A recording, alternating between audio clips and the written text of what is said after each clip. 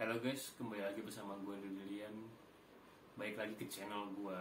Kali ini gue bakal menceritakan pengalaman horor gue ketika gue berada dan camping di Gunung Padang.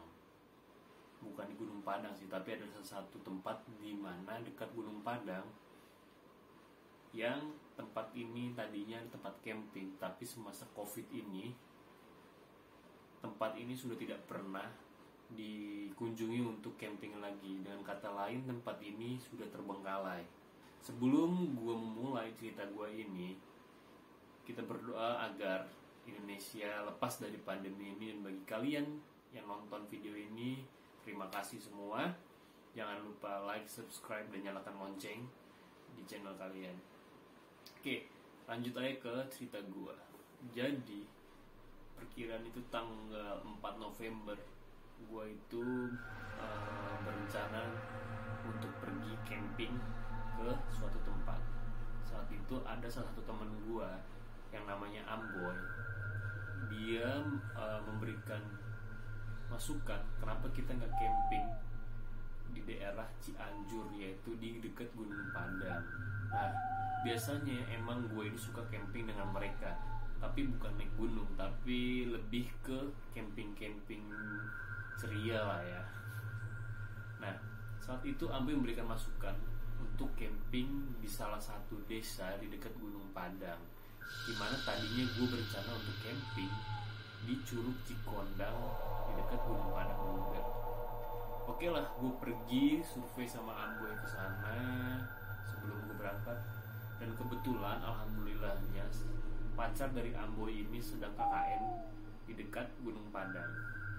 Gue bertanya lah sama salah satu kepala desa di sana untuk rencana gue untuk camping di daerah sana. Dan gue bertanya, akhirnya kepala desa itu menganjurkan coba camping di tempat bukit ini, karena dahulu bukit ini memang ditempati atau dijadikan tempat camping ground bagi orang-orang. Oke lah, gue survei ke sana. Tempatnya enak. Tempatnya dikelilingi oleh pohon pinus, dan tiap hari itu ada orang yang selalu ngambil air pinus ke bukit tersebut. Tapi Pak Kadus itu mengatakan bahwa ada pantangan yang harus dipatuhi di sana, di mana warga lokal tidak boleh pergi ke sana ketika hari Senin dan juga Kamis. Oke lah, gue setuju dengan itu karena tempatnya asik banget. Jadi tempatnya itu di bukit, dan di bukitnya itu dikelilingi oleh lembah-lembah.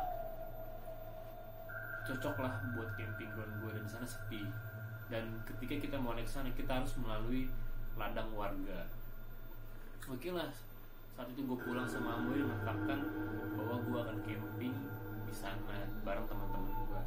Gue persiapkan matang-matang. Akhirnya datanglah hari H tersebut. Gue berangkat bersama teman-teman gue itu sekitar pukul 4 jam 2 malam. Gue mulai berangkat naik mobil dari rumah gue daerah Cibubur, dan gue lanjut melalui jalur lewat puncak, tapi sebenarnya bisa juga melalui Jonggol. Gue lewat puncak, sampailah gue pukul 4 di sana. Nah, ketika gue sampai di sana, gue nggak langsung naik ke desa tersebut atau langsung ke tempat camping groundnya, tapi gue duduk di bawah di tempat wisata Gunung Padang. Depan itu ada warung-warung. Nah, di sini ada hal unik ketika gue sampai di sana. Jadi ketika gue sampai di sana, di parkiran Gunung Padang ini udah rame orang dalam arti banyak mobil udah parkir. Padahal itu logikanya udah baru jam 5 subuh lah, 5 subuh di sana. Nah, ya udahlah, karena gue nunggu juga, pacarnya Ambo juga pasti belum bangun, belum siap-siap kan. Jadi gue nunggu di bawah, gue ngopi, gue makan pisang goreng dan lain-lain. Ketemulah oleh salah satu bapak-bapak, di mana bapak ini baru turun dari Gunung Padang. Nah, setelah terjadi pembicaraan antara gue sama dia, gue tanya dong, dari mana Pak? Oh, ternyata dia bilang dia dari Bogor dan dia udah sampai dari kemarin di sana.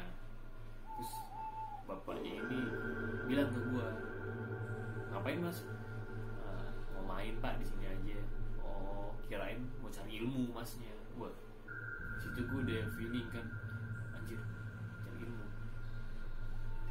Ya udahlah, gue hirauin aja kan pembicaraan dari bapak tersebut. Jadi camping gue ini, gue itu berempat bareng temen gue, yaitu ada gue, Amboy, Caplang, sama Gendut. Oke lah, jam 6 itu pacarnya Amboy udah bisa gue dihubungi karena sana juga susah sinyal dan oket. Akhirnya gue naik ke atas setelah pembicaraan gue dengan bapak tersebut.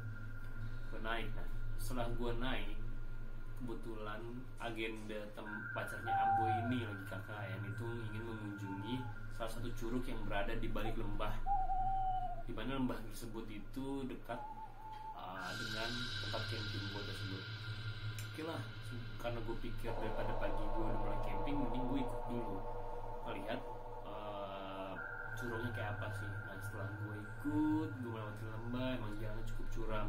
Nah di sini tuh si Gendut udah mulai kecapean karena jalannya itu sangat curam lah ya, naik turun bukit, sawah, berbatuan, perairan.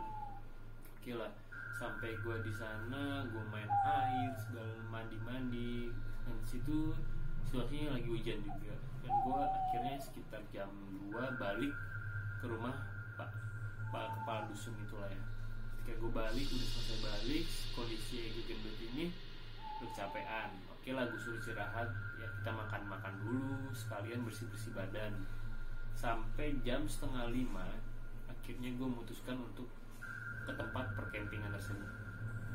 Bila setelah kita packing, makan, bersih, kita mulai jalan ke tempat camping tersebut. Dimana camping tersebut itu kurang lebih sekitar 15 sampai dengan 20 menit jaraknya dari tempat Pak Kadus ini. Oke, gue jalan sampai di sana. Nah, untuk sampai ke tempat perkempingan ini kita harus melewati ladang-ladang warga. Kira gue Amboy depan, gue di belakangnya Amboy, dan di belakangnya lagi itu Ega, Gendut, dan paling belakang itu Caplang. Oke, gue jalan sampailah tempat camping tersebut. Nah, setelah sampai ya seperti biasa kita bikin tenda. Gue membagi tugas, si gue dan Amboy itu membangun tenda, dan Caplang dan juga Gendut itu ditugasin untuk buat makanan, Indomie segala macam lah. Kira gue bangun tenda, Caplang sama Gendut juga udah buat masakan, Indomie, nugget, dan sosis. Kelar, nggak terasa tuh udah mulai berkabut dan udah mulai malam ya, masih maghrib, udah gelap, kabut. Akhirnya gue mutusin karena agak sedikit takut di luar masaknya, akhirnya gue pindah ke dalam. Nah di dalam ini, dalam tenda, tengah-tengah tenda ini, nah gue makan lah nih, di sini belum ada terjadi apa-apa ya, ini udah mulai gelap.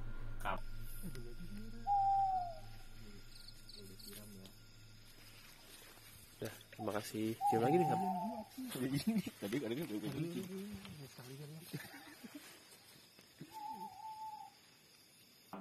Kabut ini kurang lebih itu jarak pandangnya sekitar 3-4 meter lah, karena kabutnya pekat banget. Oke, gue makan, sholat, udah kelar, itu sekitar jam 6:30 atau jam 7, gue lupa. Gue udah bilang ke teman-teman gue jangan ada yang tidur ya, karena kalau kita tidur otomatis ntar malam kita kebangun. Oke, tapi karena perjalanan kita cukup capek dulu, kita kan dari pagi ke curug, dimana curugnya itu treknya itu terjal banget, licin, hujan-hujanan, naik turun lembah. Oke, nggak terasa ternyata kita semua ketiduran. Sampailah jam 1 di sini mulai terjadi. Di sini mulailah terjadi beberapa kejanggalan dan keanehan, di mana gue ngerasain yang tadinya gue cuma nonton di YouTube mengenai pasar setan, gue merasakan di situ. Satu ini yang gue rasakan adalah jadi di sekitar tenda gue itu, gue kayak merasakan adanya aktivitas ya seperti layaknya ada di pasar, Nah karena gue itu takut, gue nggak bergerak, gue butuh melek. Gue bangun jam 1 itu gue melek, benar melek, tapi gue nggak membuat gerakan atau bersuara sama sekali. Gila, gue tungguin tuh 10 menit, gue masih merasa itu di dalam sebuah pasar rame lah. Emang ada suara angin, mungkin feeling gue suara angin, tapi suara angin nggak kayak gitu. Gila, gue tunggu, akhirnya 10 menit suara itu hilang, barulah gue mulai bandingkan diri. Kebetulan gue stand-up itu sama si Caplang. Nah, si Caplang ini gue bangunin, dan ternyata Caplang itu juga bangun. Gue harus bilang ke Caplang, tapi gue nggak bilang apa yang gue rasain ya. Gue bilang ke Caplang karena Caplang lapar. Ternyata Caplang juga lapar.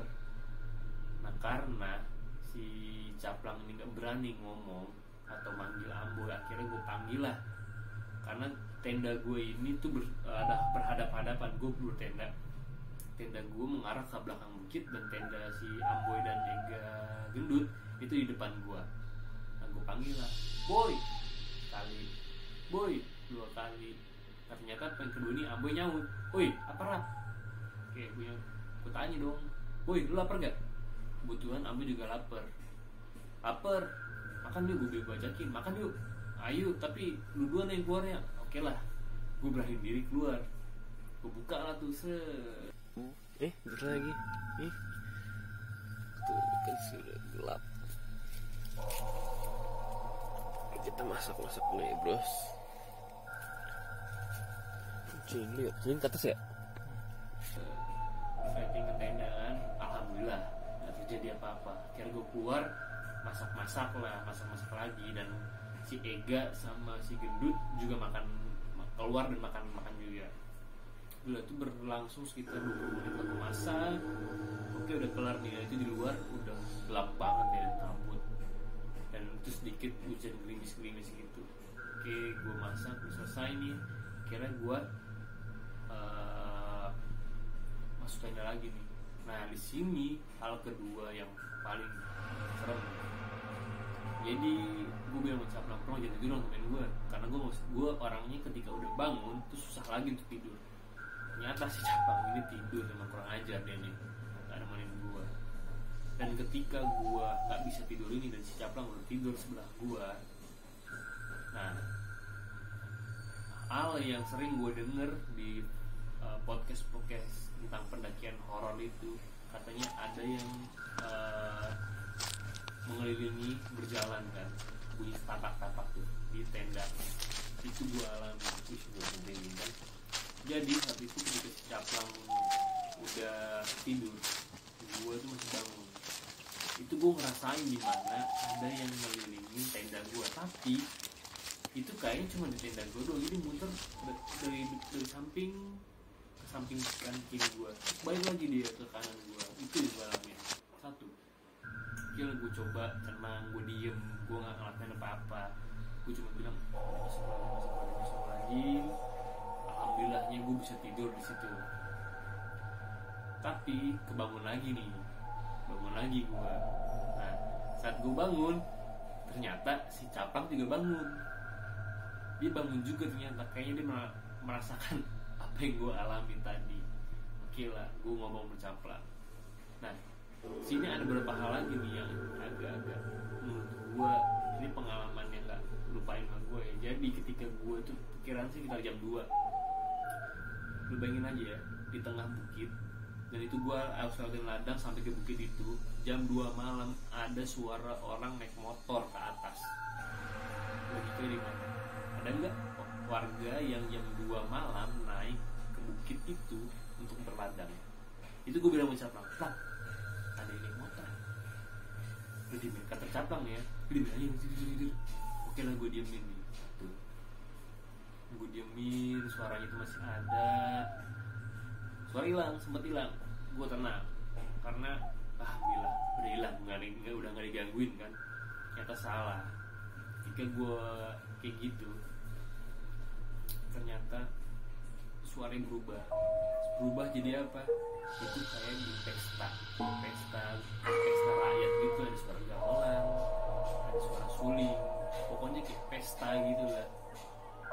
Nah itu gue juga udah bilang Caplang, dan Caplang pun bisa diam karena kita berdua di tenda itu takut.